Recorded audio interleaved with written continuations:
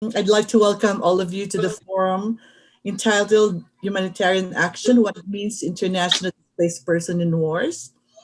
My name, by the way, is Agnes Manason, a member of UP Alumni Association of Toronto, who's sponsoring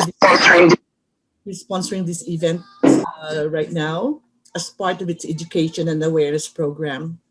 Since COVID-19 and the US election flooded the news and the mainstream network and social media in the last year, the news about wars, natural calamities affecting the most vulnerable people in the world have taken a back seat.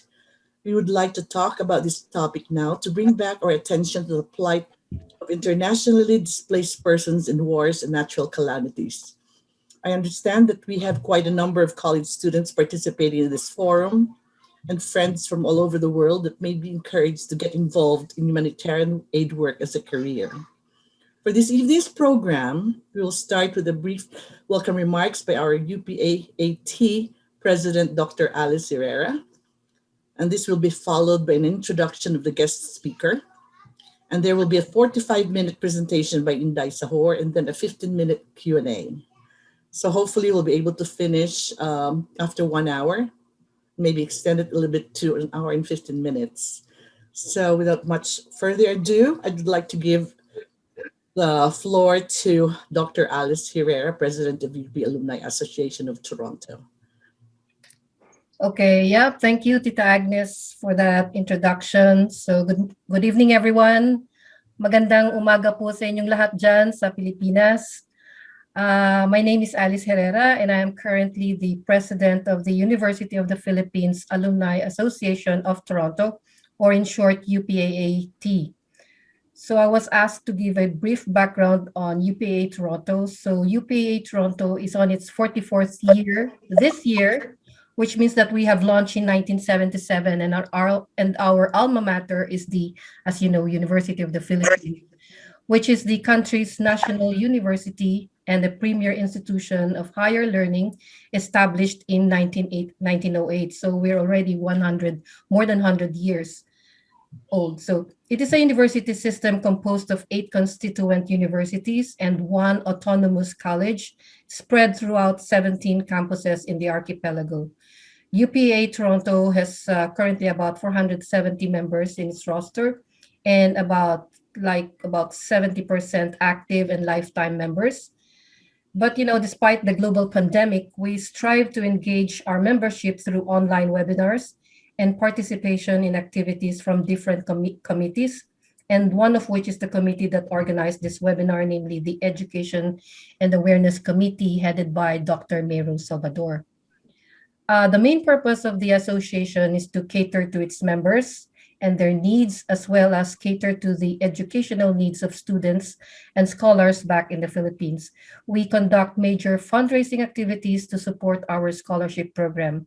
So far, we have supported about 15 students from different colleges. Some of them have already graduated, and most of them, I'm proud to say, they have finished with distinguished honors. Here in Toronto, we provide assistance in the form of mentoring to our members who are new immigrants and members who would like to change careers. We also provide mentorship to Filipino-Canadian university students with the aim of preparing them towards their chosen career path.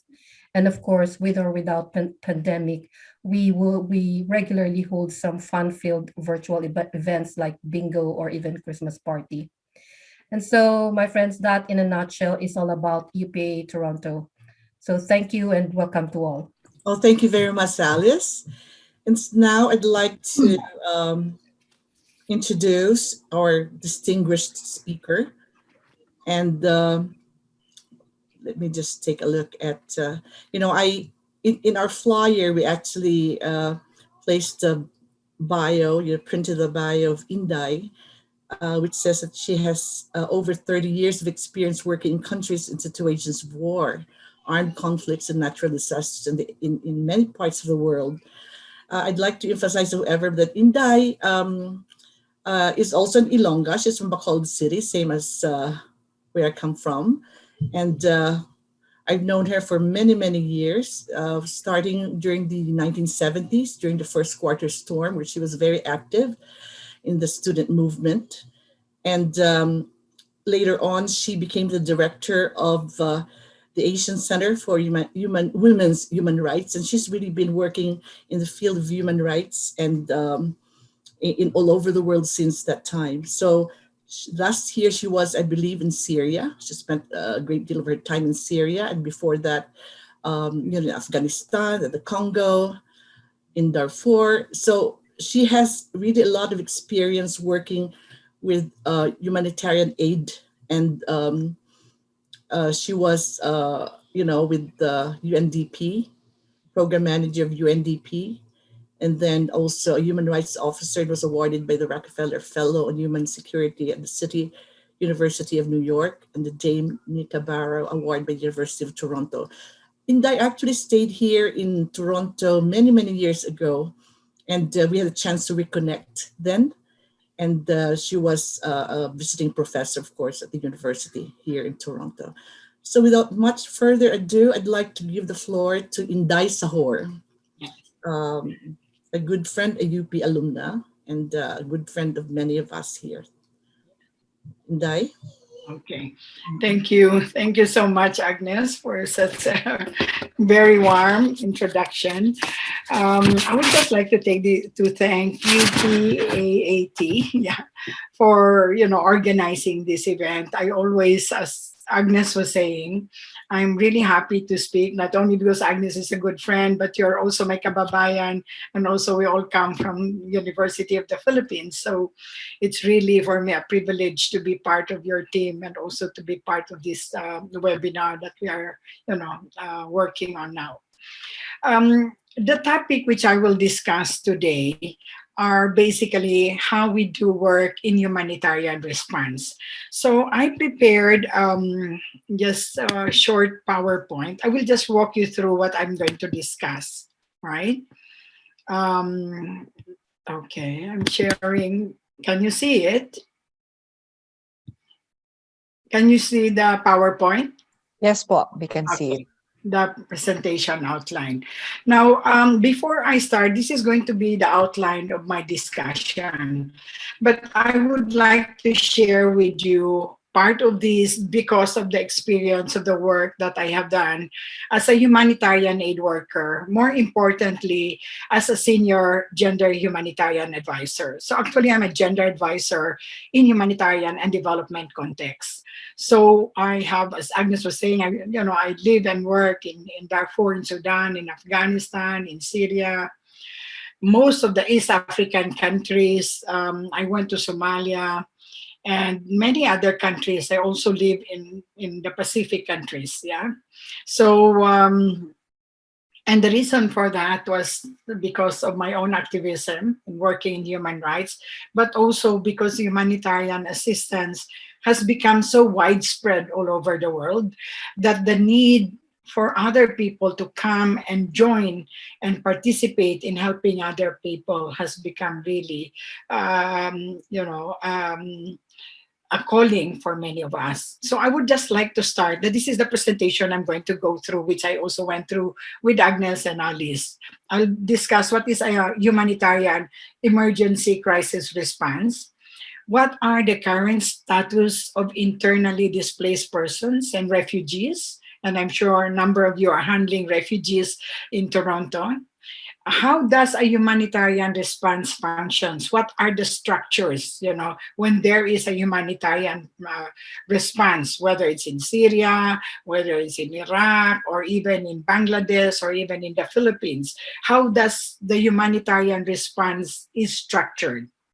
And then because I'm a gender advisor, I'm going to talk about how you do gender analysis in humanitarian response, but more importantly, because like all humanitarian work, like all development work, we do have a gender analysis, and it's very important to integrate gender in all aspects of our work. Regardless of where you work, gender analysis is important. So I'm going to deal with that. So I was saying, when we talk about what is humanitarian emergency response, usually what comes to us is we are looking at why is there a humanitarian response? Why has this increased globally, in the past 20 years, right?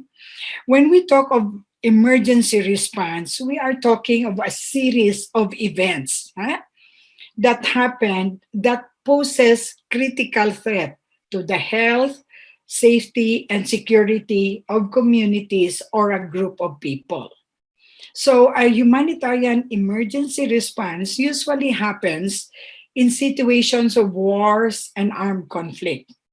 Wars, which means there are two countries fighting each other. So we look at, Syria, we look at, Libya, we look at Yemen, we look at Afghanistan, on many other countries that are Congo, Central African Republic, Sudan, now Ethiopia and Eritrea. So we are in there are many countries that are currently in situations of war and conflict. And because of that, it has increased the number of IDPs and refugees. But not only because of war and armed conflict that we have an emergency. Another part of the emergency is what we call natural disasters. And they are also recognized as an emergency situation. So for example, natural disasters like floods, earthquakes, tsunamis, which happened in Asia more than 15 years ago, affecting many, many countries. Yeah. Pandemics like the COVID-19 that we are all suffering now or going through all over the world is a humanitarian crisis.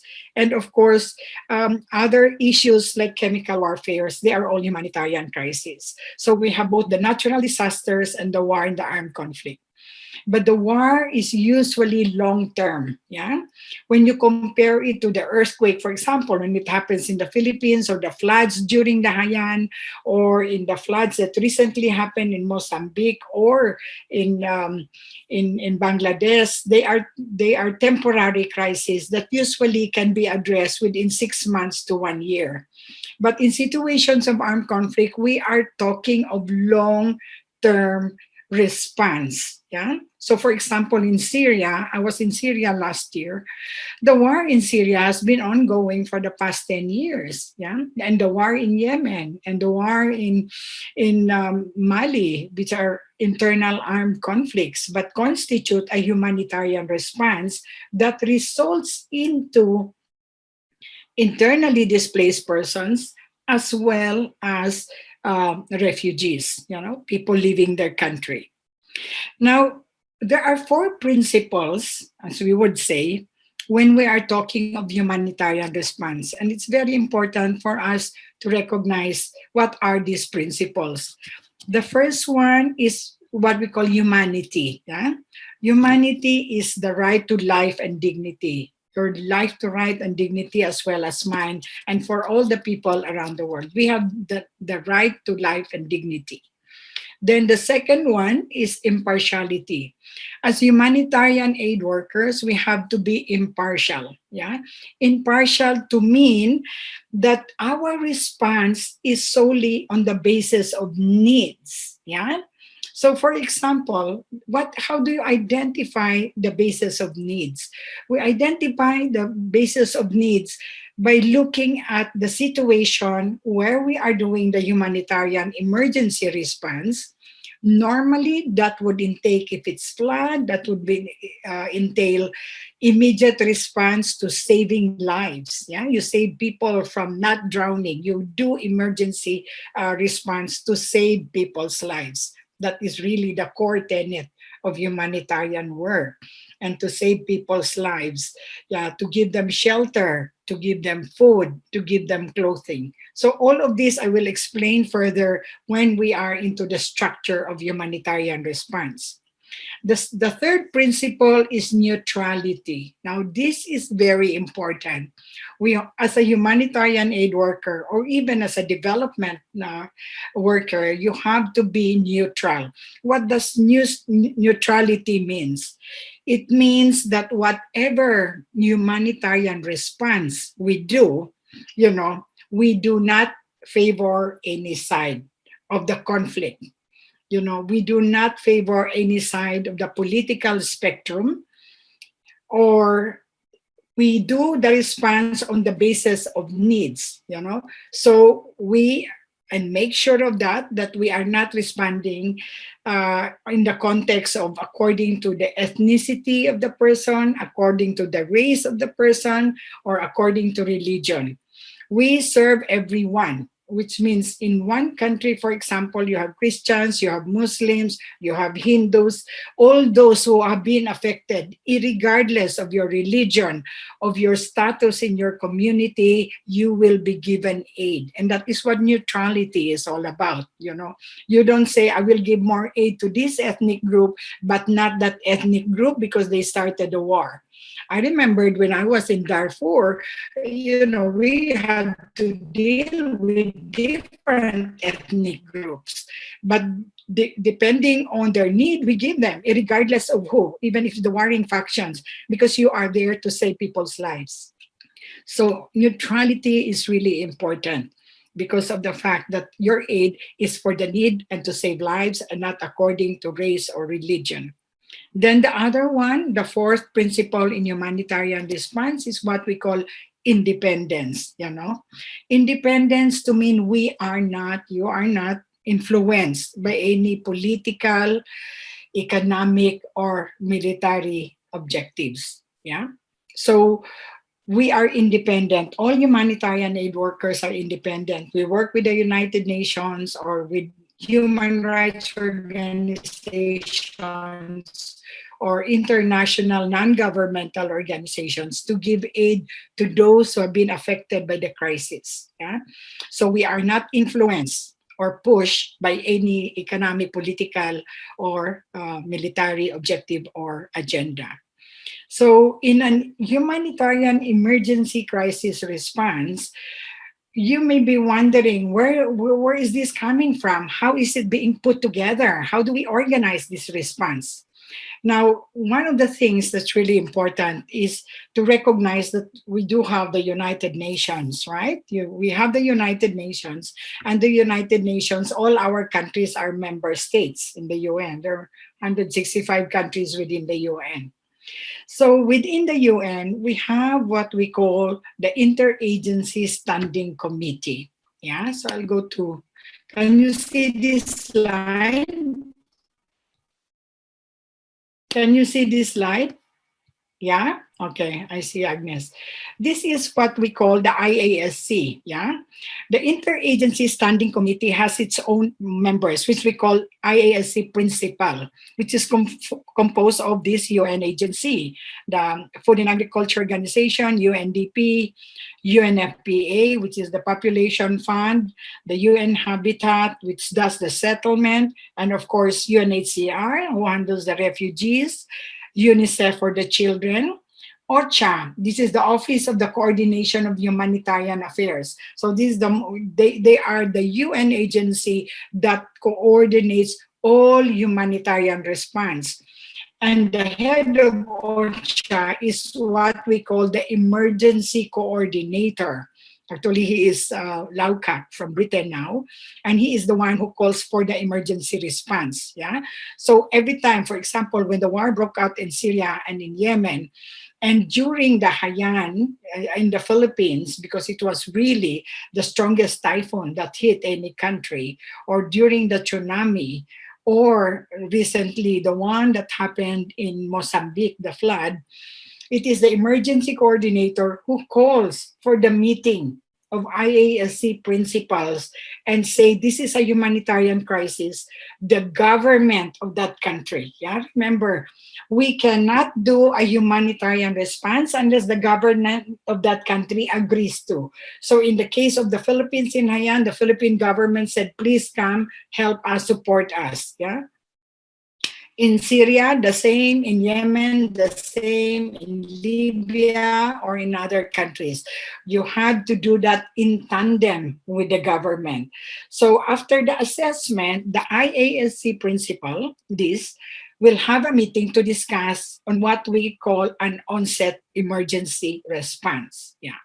Now, on the right side, we have what we call the IASC standing invitees. Yeah, this is, of course, composed of the International Committee of the Red Cross. The ICRC, they are mandated to implement the international humanitarian law, which is the laws of war. Yeah, so that is the mandate of the ICRC. They ensure that all warring factions, yeah, whether it's the rebel groups or between two countries, there is respect for the international humanitarian law, which is the laws of war. Then, of course, we have these other agencies, the IOM, and then we have the special rapporteur for the human rights of internally displaced persons. Yeah. This special rapporteur is actually a Filipino right now. Her name is Cecilia Jimenez. She's also a UP graduate, and currently, Sej Jimenez is the United Nations Special Rapporteur for the protection of internally displaced persons. So that's Sej. And then, of course, the World Bank. So you're asking, why is the World Bank in this structure? When the difference between an armed conflict and a war response in relation to natural disasters like floods, in a flood situation after 6 months or 1 year, depending if it's an earthquake, it takes longer, the government of that country, let's say the government of Nepal, when they had this terrible earthquake, together with the UN agencies and the World Bank, come together and say, we will do a development program for the recovery of the country. And that's why the World Bank is there to give money for the recovery of the country and to enter into agreement between the UN agencies and the government of that country. So this is who decides. So the IAAC principals meet, bring the issue to the Security Council in the UN, and the Security Council decides on the level of emergency response. The highest, there's what we call level 1, level 2, and level 3. The L3 is the highest, like Syria, Yemen, Darfur at that time was L3. So depending on the level of emergency response, L3 is the highest, which we call the system-wide response, which means all the UN agencies and the support of international and especially the national NGOs in tandem with the national government come together to give support for the humanitarian response. So I would like now for us to go into what I call how many refugees are there globally. Now, these figures are really staggering, yeah?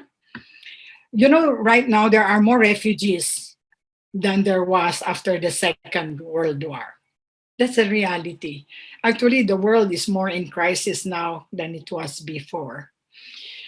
Right now, we have 26 million refugees worldwide, 26 million. Of that, 1.4 million are in need of emergency resettlement, which means they are in a really tight situation that to be given a settlement for their own protection. But I would like us to take note that 85% of all the refugees are hosted in developing countries or developing regions. Yeah, 85% of the 26 million refugees are crossing the border between different regions and countries. In 2018 and 2019, I stayed for 1 year in Tanzania.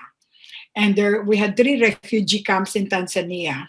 Three refugees, Nyaraguso and Duta. The refugees are from Burundi and from Congo. So you have all these kinds of movement by the people to other countries in order to protect themselves. And so therefore, 85% of all the refugees are actually hosted in third world countries. Now, let's look at this. Who are the top 10 refugee host countries? Yeah. The number one is Turkey. Turkey hosts 3.6 million refugees. Yeah. Most of the refugees in Turkey, and I have been there in Istanbul and all of that, in the refugee camps are in the borders of Iraq and Syria. So majority of the refugees in Turkey are from majority Syrian, then Iraqis and Libyans, and of course Palestinians. They are all in that conflict. I mean, they are all in that country. And how do the refugees live? We are feeding them every day. The United Nations is feeding all the refugees every day, including the internally displaced persons. So I will go into that structure, how we manage this emergency response. Now here you see we have in Iran, they have almost 1 million Syrian refugees, as well as some, from other neighboring countries, maybe Palestine. Pakistan is hosting 1.4 Afghan refugees. Those are the Afghans that cross the border to Pakistan. When I was in Afghanistan, you can see Pakistan. You cross the river from Jalalabad and you're in Pakistan. Because remember, they used to be just neighboring countries. Now, Lebanon is very near Syria. There's a 1.4 million, both Palestinians and Syrian refugees in Lebanon, in Beirut. And as you very recently know, Beirut is had its own crisis as a country. And yet they are hosting refugees. Even when I was in Syria last year, Syria, who is in a war situation, is hosting 500 million Palestinian refugees inside Syria. So you have this multiple displacement, as we call it. You are in a war situation, and yet you are hosting refugees, And this is really what's happening around the world. We are doing an emergency response to Syria on top of the emergency response to the Palestinian refugees. Now, Colombia here, these are the Venezuelans, that cross to Colombia. And most of them did cross to Colombia because of the economic poverty that happened in Venezuela. So they are now, this 1.7 million are mostly Venezuelans. And in Uganda, for example, these are from South Sudan. So here you can see the extent of how many refugees we have globally. Now, this one is staggering. In 2019 alone, 33.4 million new internal displacement across 145 countries due to armed conflict and natural disasters. This is in 2019 alone, 33.4 million. Now we are 2021, it should have increased, definitely, and also because of COVID. Totally, globally, as UNHCR has recorded 80 million forced displacement as of mid-2020, last year. 80 million forced displacement. Of the 80 million, we have 26 million refugees worldwide. We have 45.7 million internally displaced people due to armed conflict. So they were displaced within their country. And then 4.2 asylum seekers. Now, what's the difference between an internally displaced person and a refugee? A refugee is someone who has left his country and crossed to another country seeking protection. So once you cross the border to another country with your, clothes on your back, your children seeking protection because of the war and the armed conflict, or even because of natural disasters, you become a refugee. An internally displaced person is someone who have been displaced within its own country and has not crossed the border to another country. So for example, when I was in Iraq, yeah, and because of the long-term war in Iraq, there was, you know, like 3.5 million to 4 million Iraqis that were displaced in its own country. And yet, there were 500,000 Syrians who crossed the border from Syria to Iraq as refugees. So all of that we managed, and put up IDP camps, another refugee camps in the same country. So you have multiple humanitarian emergency response in the country itself. And I would like to note, because I have seen this, when I was in Syria last year, where, as I mentioned to you, there's 500,000 Palestinian refugees in Syria. Then we have internally displaced people within Syria. And then we have the COVID-19. So we are responding from one crisis after another. The difference between asylum seekers and refugees, basically the difference is just procedural, as we would call it. Yeah. Normally, asylum seekers are refugees who, because of the threat to their life or the threat to their personhood, is seeking immediate refugee status. So they are still considered refugees, yeah, but they have passed the standard to qualify, the international standard to qualify to seek asylum. So as I was saying, asylum seekers and refugees, it is a procedural matter in terms of definition. They are all technically refugees going to a certain process that passes through international standards. Is there any question? I think I've been talking a bit too long. Yeah. If not, I want to show you a video. Yeah, this is just a 2 minutes video, which I hope will give us, an overview of the situation of internally displaced persons. Can we show the video? Yeah, so Indai, maybe I can just read a comment from chat and maybe you can think about yes, please. Yeah. what the answer. Indai from Marie Pilanes. So Indai, you're like Angelina Jolie, giving a woman's perspective to her role. Have you worked with her? Have you encountered rape cases too? Have you advised about girls' education? So do you want to answer now or do you want me to play the video? I want to answer. Hi, Maripi. I'm so glad that you are here with us. Anyway, Maripi and I are dear old friends.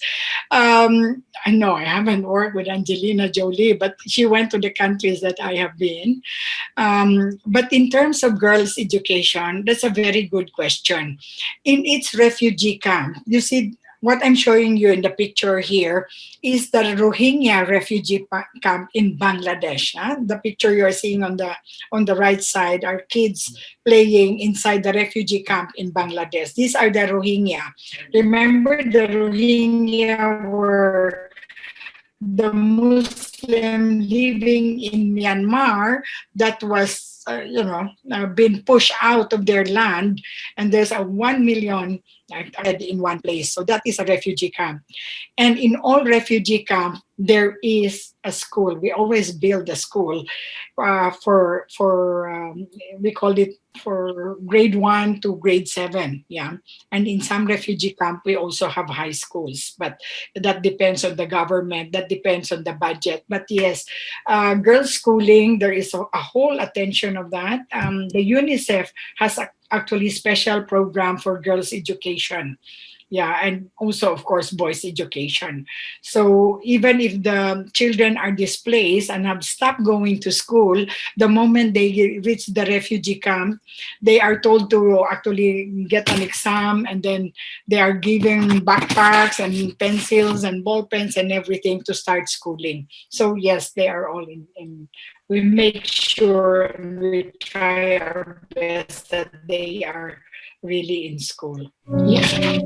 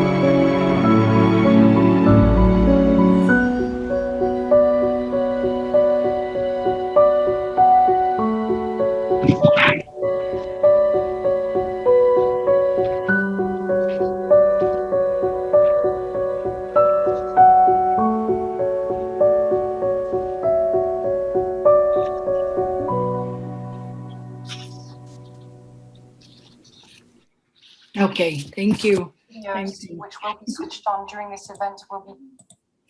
Yeah, the video is very compelling, no? Because when you look at it, that much people has been displaced in 2019.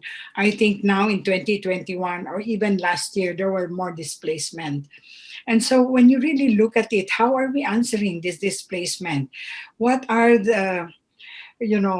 the governments are doing? Because remember, when we look at the crisis in each country, we are looking at accountability of the government. Yeah, the war and armed conflicts are brought about by lack of governance or failure of governance. I remembered when I was in Somalia, and Somalia was a failed state for many, many years. It was only very recently that they have, set up their government, and they just had an election in the past five or in the past 10 years or 9 years. And before that, it was a failed state, which means the whole country has no government. So who is running the government? It was the tribes and the clans that was running the government.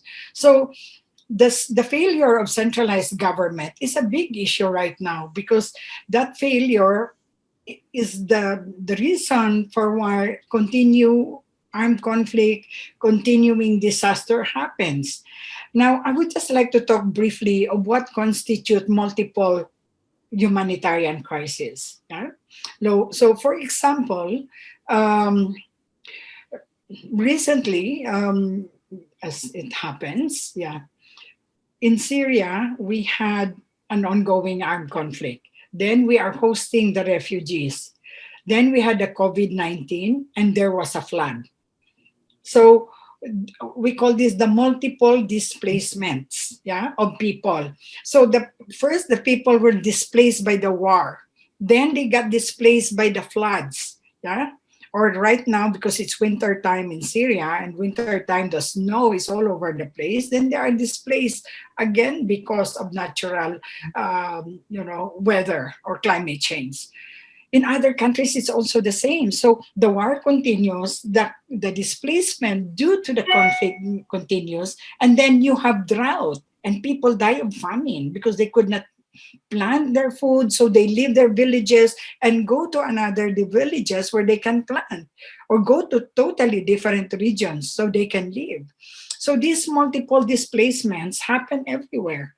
So when we are saying, or we're doing a humanitarian response because of the war, underneath that war displacement, you have the outcome, the refugees, you have natural disasters, and then you have the pandemic or the health situation where a lot of people have dengue, or children are affected, so you have health issues that is developed. That happened in Congo during the Ebola crisis. There was an ongoing intense fighting in Congo, and we have the Ebola crisis, and now we have the COVID. So the multiple response is really one on top of the other, and people are being displaced because not only of the war but also of other causes. So let's look at how this is further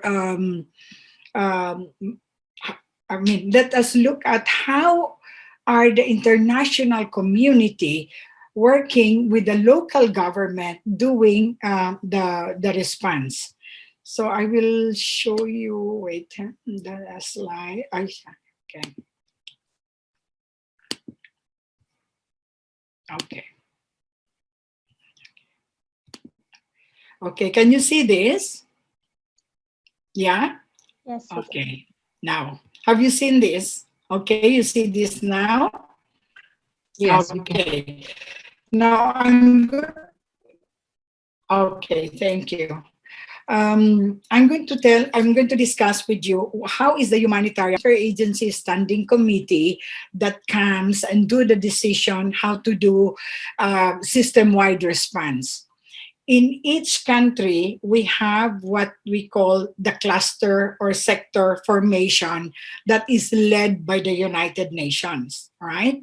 And this cluster, which is we call the humanitarian response team, to simplify the acronyms, have these three aims. One is the prevention of ongoing conflict, the mitigation of any violence, the preparedness, disaster response, recovery, and recommendations.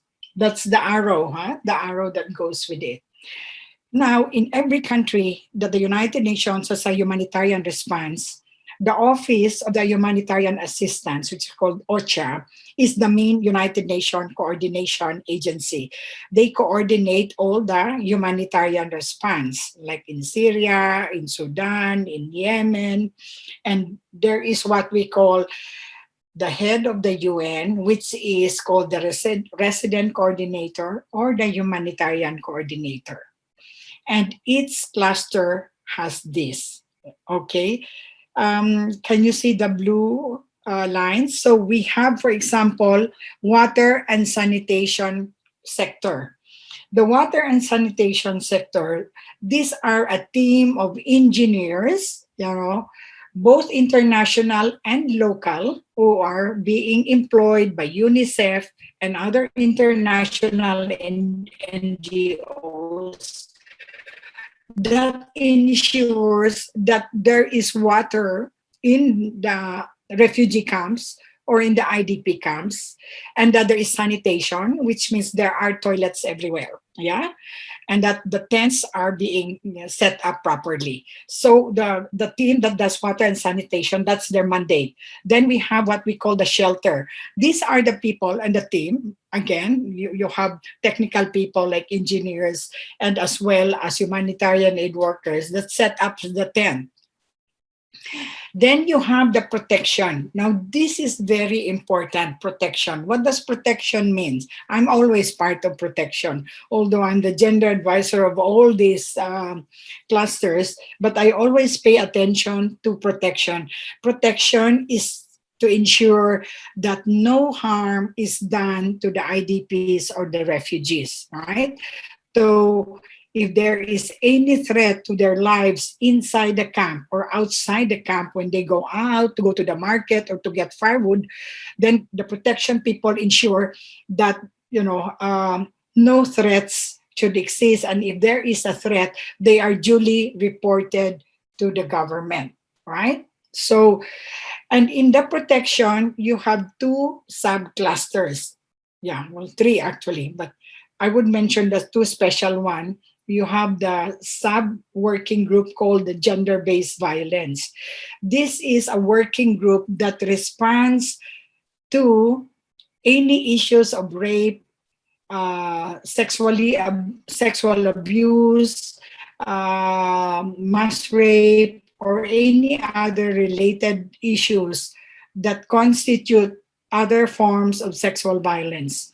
They address this. How do they address women who have been raped in war or women who have been fleeing due to floods and have been raped when they reach a new area? What are the structures that are in place? In the we call it GBV, gender-based violence cluster or subcluster, you have what we call immediately protection. We will put the woman who has been violated to a safe place, as we call them. We are giving her psychosocial support. We are giving her health support, as well as the right to justice. So these structures are ongoing in all the IDP camps and in all refugee camps, right? And then, of course, we have nutrition to ensure that malnourished and stunted growth of children are taken care of, yeah. And then you have logistics that, they have the helicopters and the planes and the buses. And then you have the health, which is run by WHO to ensure there is always a clinic. Now, Medicine Sans Frontier usually have built hospitals inside the refugee camps. Yeah. So when you go to a refugee camp, there would be a big hospital, not big, but a hospital where they can even help women give birth. If you have diabetic, you can go there, and it's all free for the refugees and the IDPs. Then food security, which is run by WFP and FAO, they are the ones who distribute food to the IDPs and refugees. So we are giving food distribution every 2 weeks. Now remember, the IDPs and the refugees, whether they're 40 million or how many, half a million in the country, we make sure that we deliver food to them. Yeah. And they are very limited food. They're not much, but that is what we call within the subsistence level. And then, of course, you have education. There again, we are building schools inside the camp. And then we have, which is usually run by UNICEF, because we are making sure that the children are really back to school. Even if they have been displaced for several months or a year, we make sure that the children are back to school. Yeah. And we do have different projects for the children, not only the daily school, but we have, projects for young boys and young girls. We have all kinds of activities that they can look at. And then, of course, the camp management. Now, the camp management is a team of both men and women who manages the entire camp. So, if some of these IDPs and refugee camp, they look like small cities. Yeah, they're not small. Like the Palestinian camp in Jordan or in Syria, they're like cities. They're full-fledged cities that they have been there for 20 years, or even more. Yeah, in Syria, they've been there for 60 years. The refugee camp, yeah. So the structure is very much in place, and majority of those refugees, some of them are teachers, some of them are doctors, most of them, many of them are professionals. They are also the ones running the refugee response. So this is basically the structure that we see here. Yeah, that's really the structure of how I can. Yeah. Now, Indai, there's a question here. Can you clarify what the second cluster protection is? okay. Yes. Okay. Thank you. So the second cluster in protection is mine action. Yeah. The mine action is, in many countries, there are fields of mines that people cannot walk into, yeah, because, the mine will blow up if you step on them. So the mine action team, because we call it in the context of protection, they are a group of, basically most of them are military people. But what they do is they go and dig out the mines and take them out so people can go back to their lands, yeah, or can cross the field to go back to their lands. Now, this mine action group, we have really done a great job. In Cambodia, for example, the experts in demining have decided to train Cambodians, to become deminers. So now we are not just bringing in experts, we are what we call developing the knowledge of demining to the local group. So that is what we are actually doing now. So you see this, demining project, they are being paid, they are being trained, and they are given a special status within the community if they are deminers. And I'm happy to share that we have ensured the gender parity in the deminers, and we have women deminers in many parts of the world right now. And usually we ensure that the knowledge is parted to the national people, because that is their country and they should be able to really work on demining. The other part actually in the protection is housing and property rights. Yeah, HLP, we call that. That's also under protection. Housing and property rights, because of the war, you left your house and you left your land, your house and everything. The HLP, the housing and land and property rights, ensure that your land is still there, it's not stolen, or if and ever we are able to do with the government to give land to the people to build their lives, then we make sure that the property rights either of the women and the men are protected. So that is also under protection. So that's really very important. So this is very complex, to those of you who wants to join humanitarian work, the whole process is really complex. But you take your knowledge into one of these, yeah? I will explain further for some of you who would like to join humanitarian work, whether internationally or within your own country. But before I go into that, I would just like to discuss quickly the importance of gender and gender analysis in the humanitarian work. Yeah, because I said that earlier that all the work that we do is related really to gender. This, gender equality is a human rights issue. I think we all understand that. I mean, when we talk of gender equality, it's not just about men and women, girls and boys. When we talk of gender equality, we're talking of a human rights issue because we want women to have the same rights as the men, basically, the short of it. If men can own land, women can own land, yeah? If, men can go to work, so women can go to work. I simplify it that way because in many countries, women can't own land. I mean, I have been in communities in Africa that when the woman's husband dies, his land goes to his brother, and he, as the wife, becomes the second wife of the brother. So, these are all traditions that are very patriarchal and should not be practiced. And so it's important for us when we are looking at gender equality, we are looking at the relationship between men and women because it is really about power relations. Yeah. So when we talk about that, we want equality to the rights, yeah, both for men and women. So I will just quickly give you an example, yeah, on why gender is important in different aspects of our humanitarian work. So I'm just going to share with you quickly just one slide. I have 3 slides here, but I know we're running out of time, so I'm just going to share one slide. Yeah. So when I was in Tanzania, when you are a refugee, I worked there in the refugee camps, by Congolese and Burundian refugees. Each family is given a food entitlement card. This little card that gives you so much power because only through this card you can get your food in the distribution center. When I was there, we made an assessment on how do men use the food when they take it from the distribution center and how do women use the food.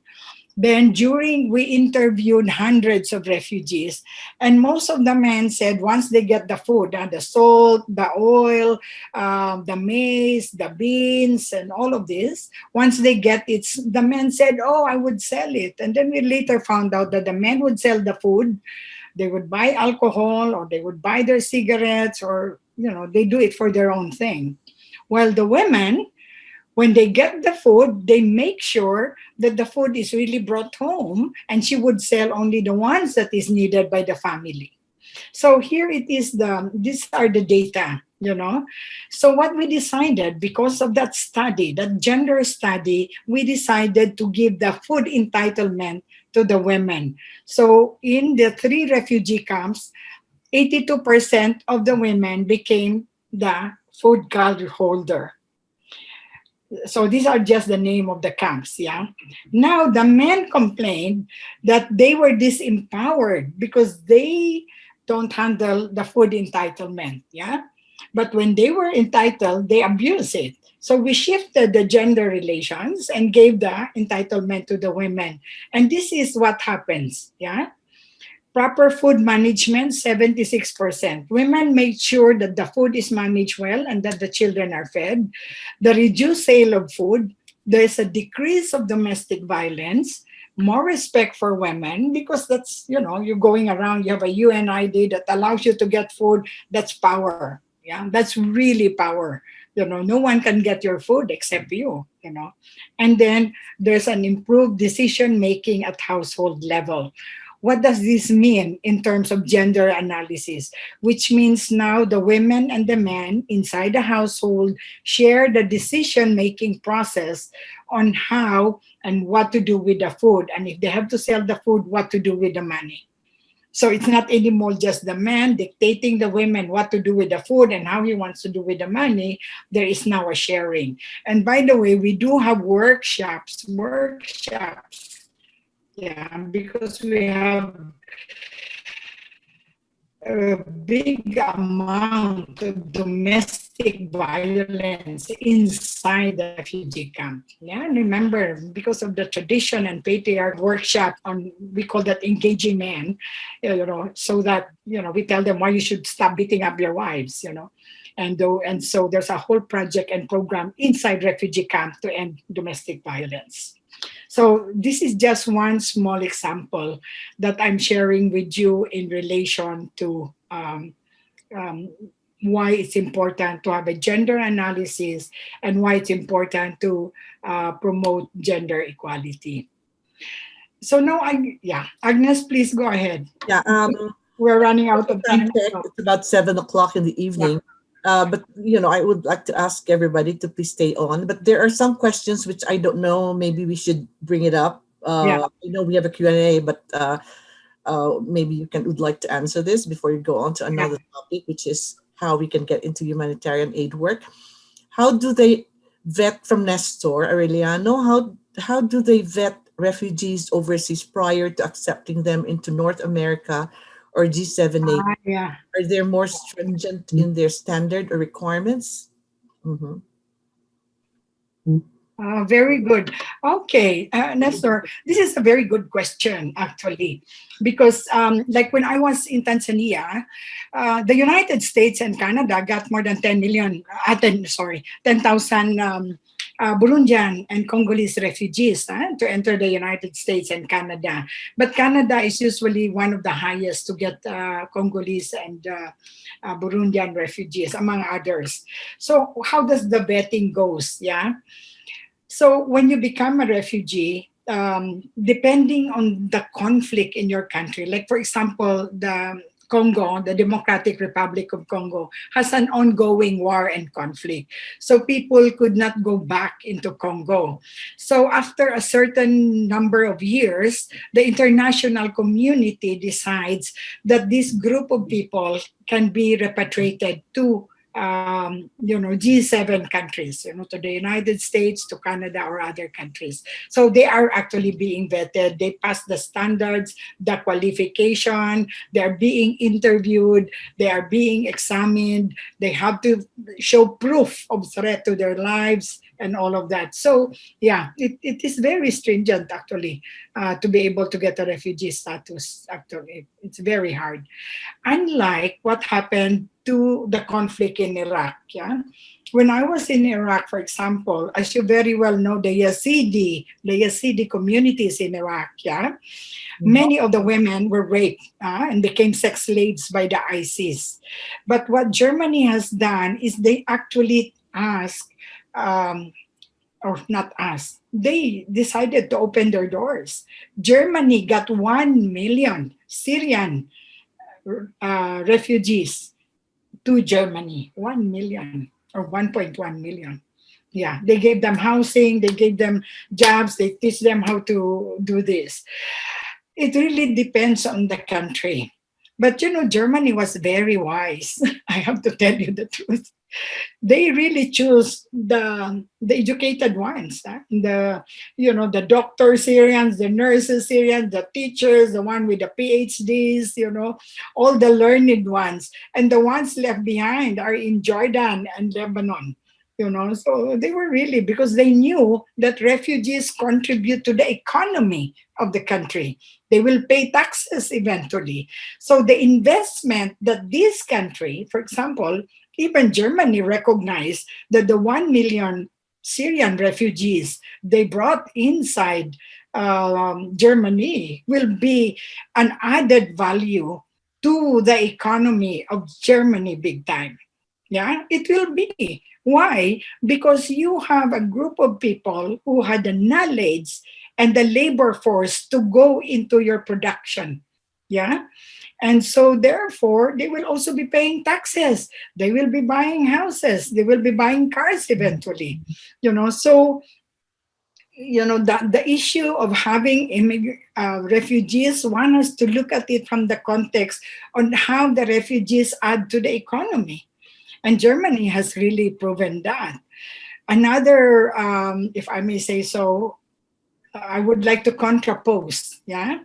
For example, in Japan, they did a study in Japan that the older population of Japan is really getting big. Yeah. The older population, people in their in Japan, they live forever. Okay. They live to 300 years or 1 million years.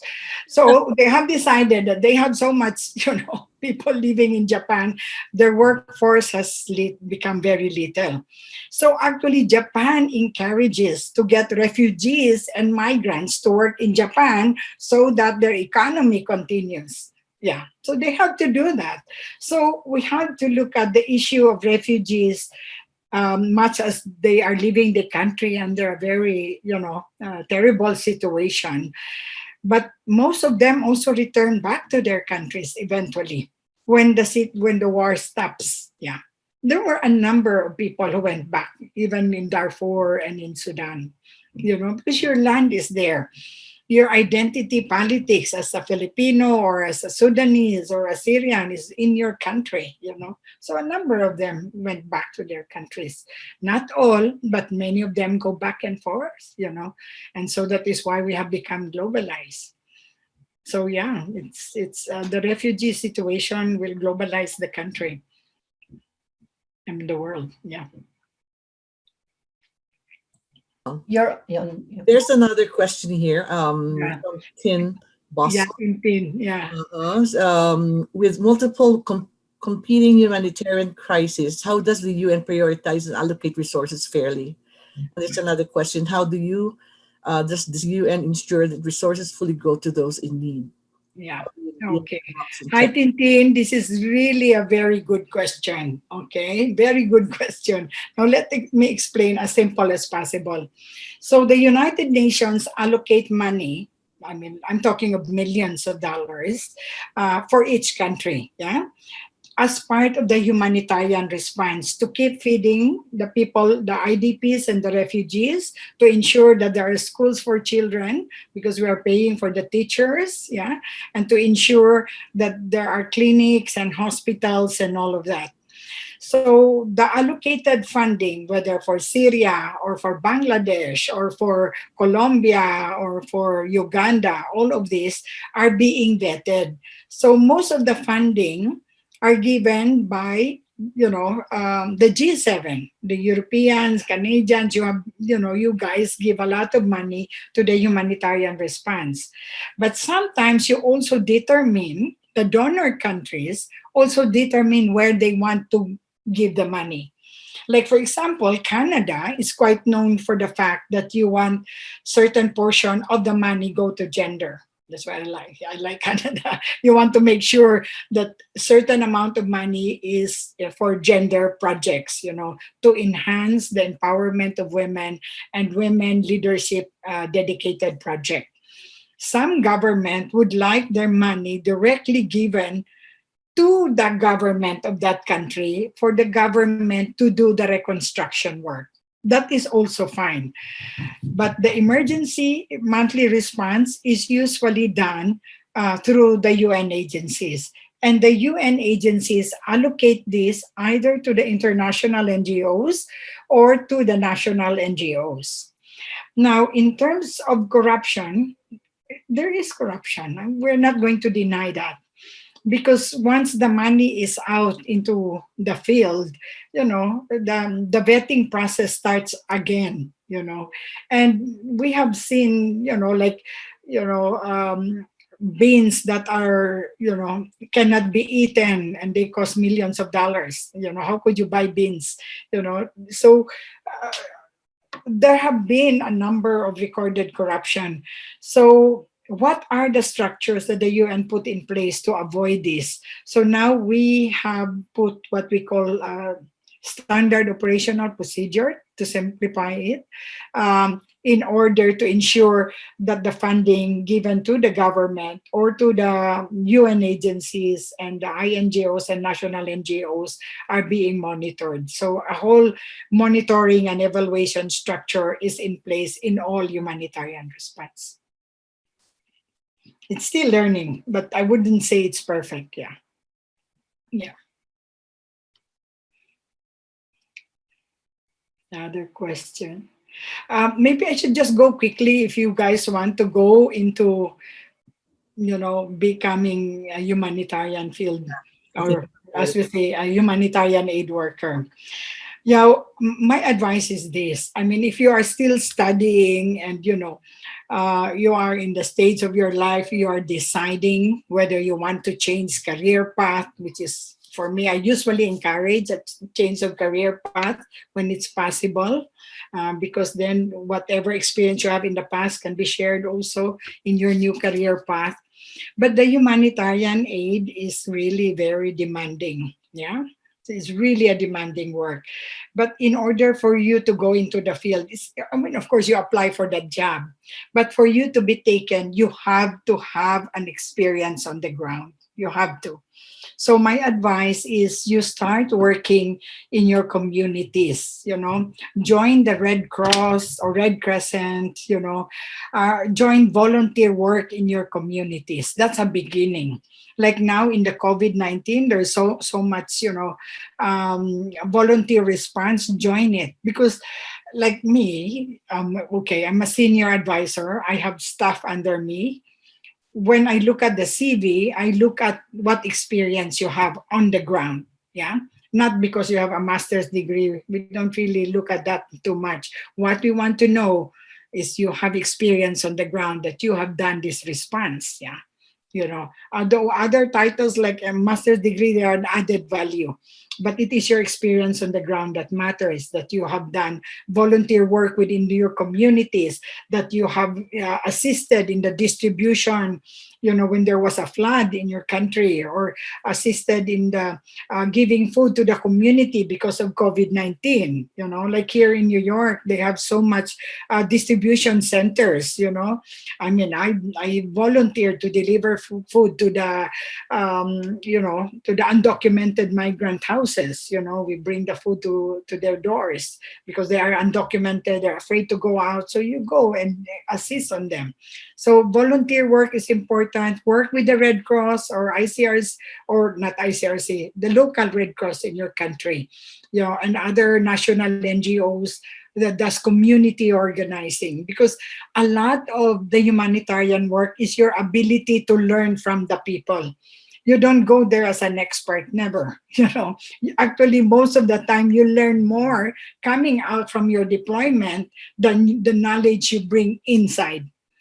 Why? Because the people, the people in those countries have been doing the response for a very long time. And so because of the structures that we have in humanitarian response, we get a lot of international staff to go in and work, but at the same time, we are learning from the national. So the United Nations has what they call now localization, wherein we are trying to localize the work and the response on the ground. So for those who want, I would encourage you, of course, but please have the national experience before you go international. And the demand is really telling on you. You have to be mentally prepared for it, because it's not all that rosy. You saw the refugee camp. I mean, you walk on dirt all the time. You don't sleep till 12 midnight. It's not as if it's not an 8 to 5 job. Okay, it's not. Yeah, so just to let you know, sometimes we go, I mean, especially when it's a natural disaster, yeah, we go for 48 hours, yeah, working if it's a natural disaster, earthquakes and all of that. Yeah. Okay, if there are questions, you can, raise your hand, or maybe write your question in the chat box, and we'll bring it up to Indai. Okay, there's one here. There's not much to chat. Okay. Can I ask you a question? Yes, sure. It's so impressive what you do for the community, especially for the world community. And I'm really, really impressed with you. But my question to you is, where do you draw the strength and the will to apply yourself to do the job? Because it's not an easy job. You really love what you're doing. So can you tell us about you and why you want to do what you're doing? Oh, thank you. Thank you for asking. I'm in the stage of I've retired and came back from retirement, but we never retire when you are in this situation. It's a passion, actually. You have to have the passion to do that because now, because of COVID, I will be very honest with all of you. You're having second thoughts whether I still want to fly to Congo or to Syria or to these countries because of COVID. Yeah. But what sustains us is actually the people on the ground.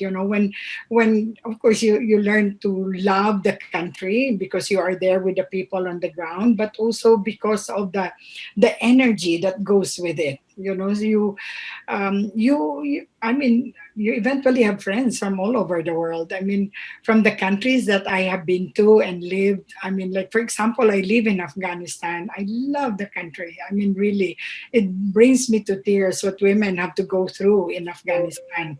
But as a country and as a people, they are really kind. So, you get this very complex, like, for example, when you enter a household in Afghanistan, the moment you enter the door, by the time you sit down, you have tea in the table.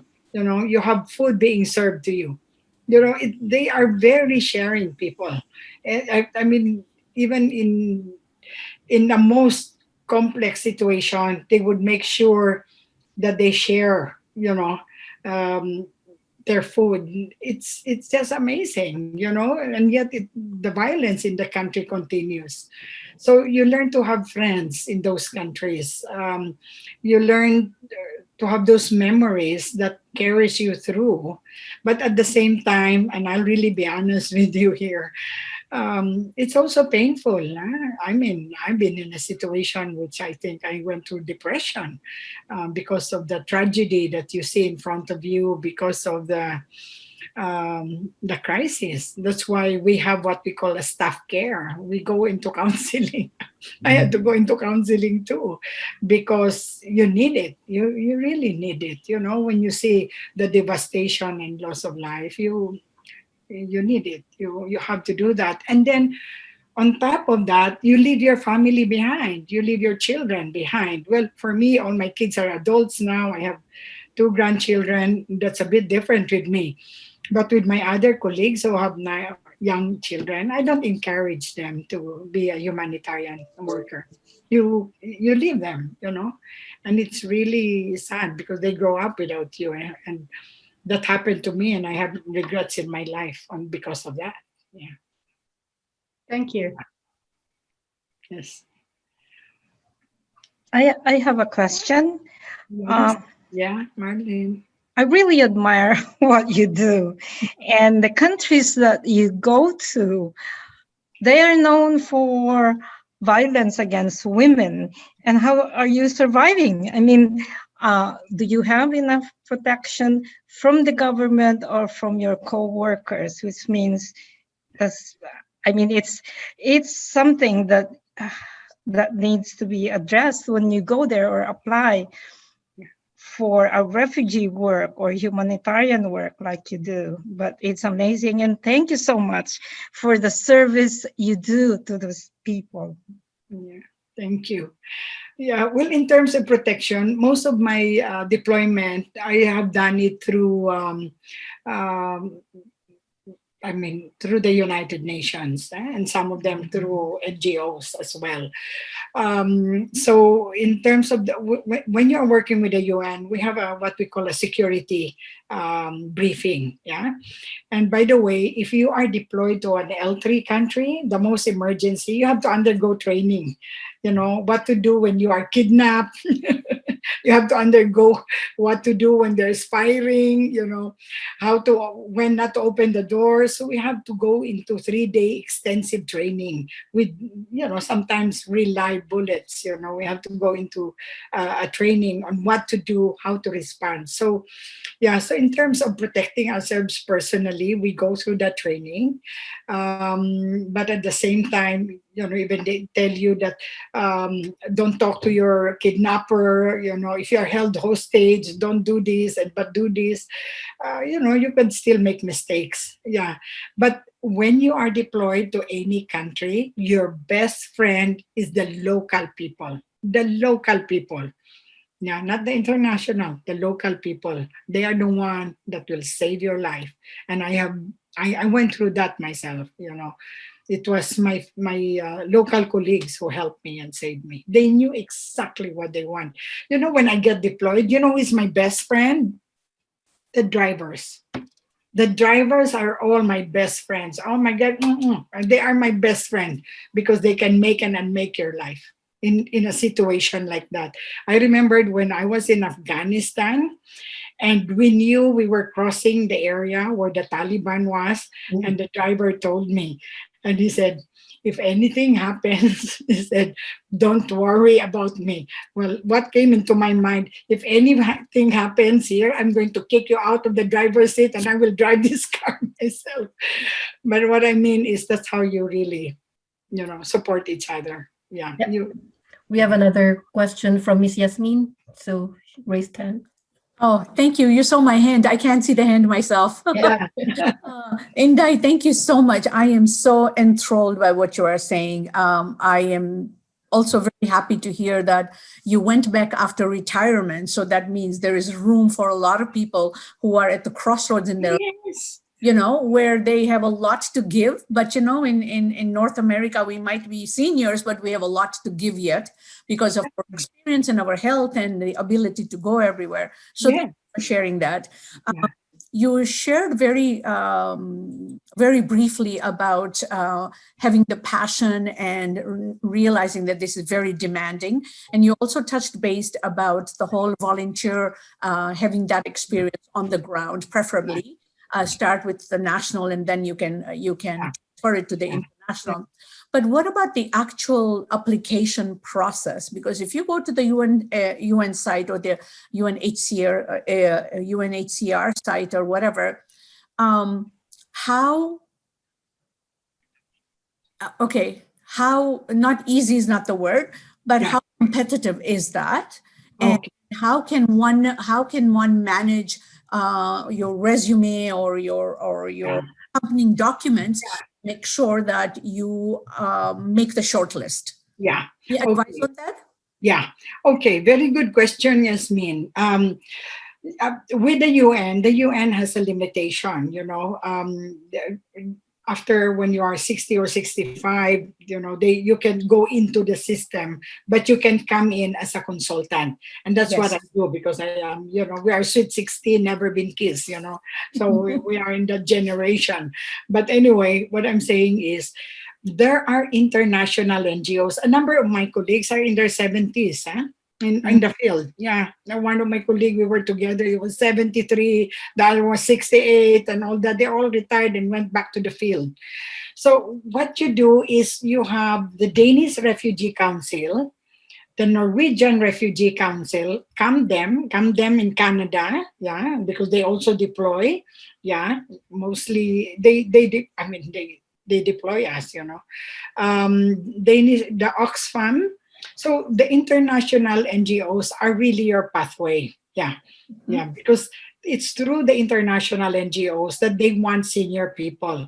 If you're a previous nurse, a doctor, you have done field work or you have done work with refugees in your country, for example, then they would like that because then they know that you know how to deal with people. Yeah, because the whole time, when you're out there on the ground, remember we have to go through translators. Yeah, so you have to be, you and your translator who speaks Arabic or who speaks whatever language is there, Nepali or whatever. they know that you know how to deal with them. And you can sit on the grass or on the mud, and while it's raining, it's okay, you know.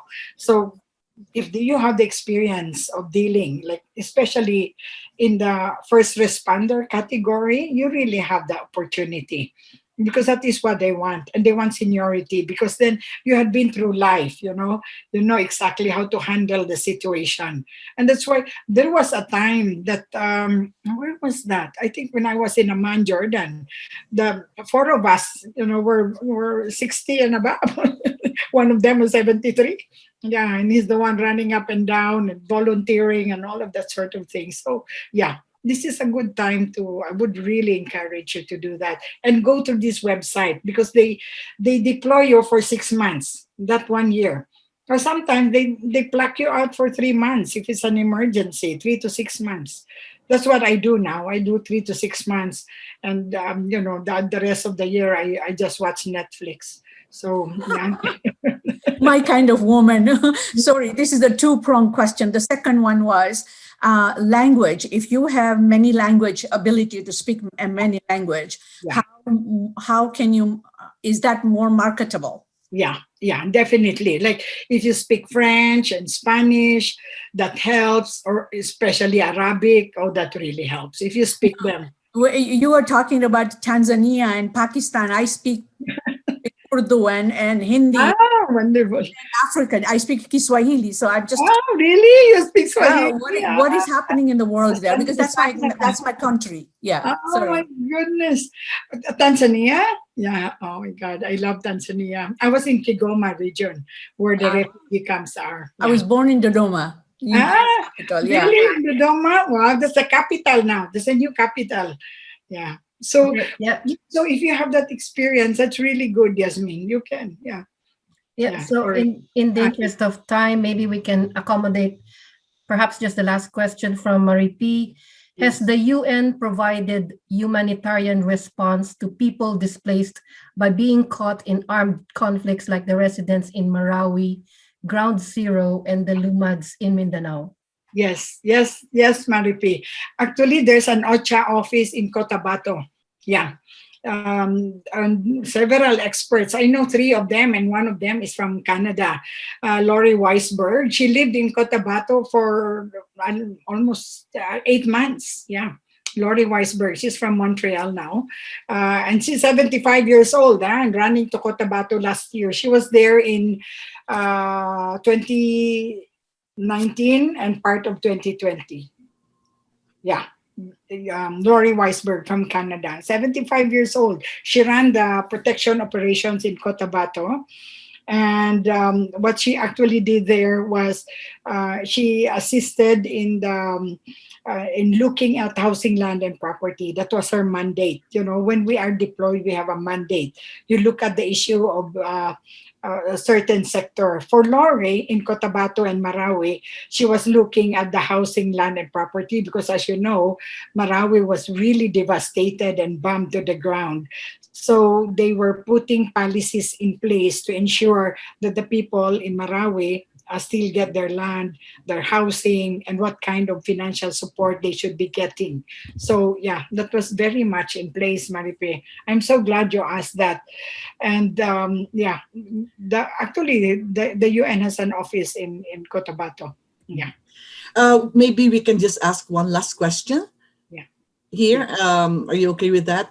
From Gretchen Manangangahas, can you share with us how you got to where you are now in your professional career? Hi, Gretchen. Oh my goodness. Where I am now? Well, I'll start with Agnes. Basically, she knows where I've been. Yeah. When you have become an activist, it's really important. You take risks as an activist. We become so stupidly fearless. Agnes and I were fearless. Yeah, we were making molotovs and all of that. Where I am now, it's really some of them by chance, some of them because when I was the director of the Asian Center for Women's Human Rights in Manila. I traveled a lot. I mean, I traveled too much to afford. Looking back, I shouldn't have traveled so much. But you establish a network when you are working with national and regional NGOs. And especially now in our part of the world, in Southeast Asia, in Asia, it's very dynamic, you know. I would encourage you, if you want to go into this path, you know, just let this COVID, you know, settle. There are so many regional networks in Asia Pacific, you know, that are so in demand that you can be a part of, you know. And once you are a part of, that gives you the experience you need to be able to go. I mean, when you do regional, you're doing international work already, by all means. So with me, I went through that process, you know, of doing national work in the Philippines, you know, with the Asian Center for Women's Human Rights. I work on the case of the Comfort Women, as Agnes may have told you. I filed a case in behalf of our Filipino Comfort Women against the Japanese government. And then I work for the International Criminal Court, yeah, the court that prosecutes war crime and crimes against humanity as an NGO. You know, we lobbied for gender justice in the ICC.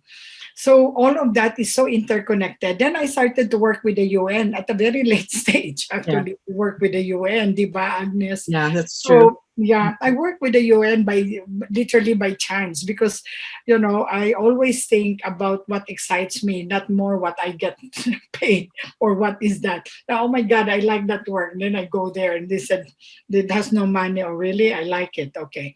So that's how you do it. You know, you let your passion bring you to where you are. Don't allow yourselves to be determined by what you hope for, you know. That, don't say, oh, I'll get that job because then I can buy a car. No, don't even think like that. You know, you go there because you like it. There's no money there, but that volunteer work will eventually bring you somewhere. So you have to be really fearless. Just jump out there, you know, and just go. But go to other countries, volunteer. By the way, there is the UNV, huh? Yasmin, I forgot to mention to you, the UNV, the United Nations volunteer Organization. UNV. Yeah, yeah. I mean, they have people with PhD there that are volunteers. They are like 75 years old and they go UNV volunteers, you know. Go there because they... Okay, so for that last question, I'd like to thank Indai Tita for Agnes, Tita Agnes, spending hold on. time with us. Yeah. Yeah, someone's asking if, you know, we can share the presentation as well as her contact address. Yeah. Can we do that? Yeah. And also to let you know, we've recorded actually this session. Okay. So I know that there are some friends from the UP College of Social Work and Community Development who are really interested on this topic, and maybe they have not been able to sign in. Yeah. But maybe we can share the recorded copy of this presentation so that the students from the UP Diliman can, you know, learn from this. Yeah. So I'd like to thank everybody for joining us this evening. The UP Alumni Association of Toronto. Of course, Alice is here. Probably, Alice, you'd like to say the last words? Bye-bye. Indai, maraming salamat. Thank you so Thank you much. too. I know you offered to do another session in the future now about other aspects of the refugee issue. So you know, we'll you know, look forward to that also. So thank you so much, everybody, for joining Thank us. you. Can we give her a hand? Yes. Thank you, and God bless. Thank God you bless. so Thank much. you, Thank you so Indai. much. Thank you I so placed much. Indai's email address in the chat box. Yeah. Okay. And you And can for share those the who wanted the PowerPoint. presentation, we can, you know, if you let us know, we will send you a copy of the PowerPoint presentation of Indai, right? You're okay with that, Indai? Yes, please All right. do share. Yeah. Okay. Thank you very much, everybody, and good night. Good Thank night. you. Thank Thank you. you. You. God bless. you. Bye. Thank Wonderful you. Bye. presentation. Bye. Okay.